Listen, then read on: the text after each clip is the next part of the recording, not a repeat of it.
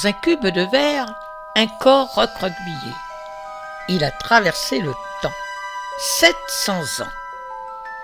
Depuis des générations, les petits Bragards, ce sont des habitants de Saint-Dizier, ils s'en souviennent, c'était la visite scolaire incontournable au musée de la ville. Mais que fait-elle là, exposée, au musée de Saint-Dizier? Cette momie est datée du XIIIe siècle et elle nous fascine. Elle a été découverte en 1892 au Chili, dans le désert de l'Atacama, par le baron Albert de Dietrich. Et elle est venue d'un endroit où il ne pleut presque jamais, vraiment un milieu hostile. À l'époque, les Atacaméens sont très organisés, ils troquent les métaux, les coquillages, les tissus. C'est un peuple qui croit dans la nature, dans les esprits et la transmission entre les vivants et les morts. Les ancêtres restaient proches dans les maisons comme des gardiens du quotidien. Devant la momie, c'est un souffle d'une civilisation précolombienne disparue, mais pas effacée.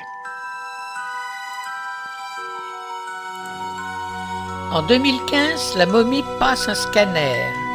Il s'agit d'un homme d'environ 50 ans, a souffert d'arthrose et d'artères calcifiées et de tuberculose.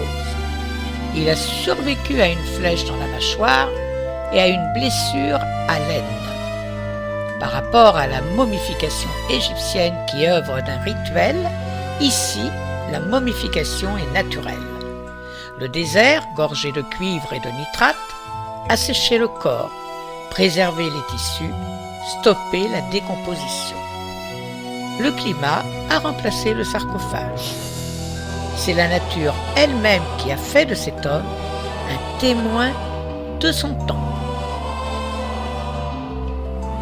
Le baron de Dietrich a ramené tout un ensemble de mobilier funéraire constitué de céramique, de sacs et de tissus qui étaient avec la momie. Ces objets funéraires sont aujourd'hui au musée du Quai Branly à Paris. Mais qui est ce fameux baron? Albert de Dietrich, 1722-1795, est un industriel issu de la puissante famille de Dietrich. Un Alsacien passionné d'art, collectionneur de nombreuses œuvres d'art. En 1892, il dirige des chantiers ferroviaires en Bolivie. Lors d'un creusement, il tombe sur un cimetière précolombien. 2 momies sont mises au jour. Il en ramène une en France, celle qui est au musée Bragard.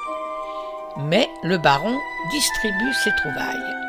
Une momie à Strasbourg, une autre à Nancy, d'autres objets à Paris, au Quai Branly. Pourquoi à Saint-Dizier? On n'en sait rien. Une énigme. Un autre problème aujourd'hui est de répondre à la communauté atacamaenne qui réclame les restes de leurs ancêtres. Au niveau international, le code de déontologie du Conseil international des musées prévoit que les restes humains sont des biens culturels sensibles, conservés dans des conditions où le respect et la dignité humaine doivent primer. Et le musée doit répondre aux diligences, respect et sensibilité aux demandes de retrait ou de retour par la communauté d'origine de restes humains exposés au public. Alors peut-être que la momie repartira pour un voyage vers son pays. Alors, profitons d'elle et allons lui parler. Elle ne laisse personne indifférente car elle renvoie en forme de miroir la notion de mort, qui chez nous en Occident a disparu. Mais néanmoins, qu'on le veuille ou non, est un moment certain. Devant la momie, le temps s'est arrêté. Il y a 8 siècles, un homme a vécu, a souffert et est mort. Après, il a voyagé jusqu'à nous, par la magie des dieux, jusqu'au musée de Saint-Dizier, pour délivrer peut-être un message.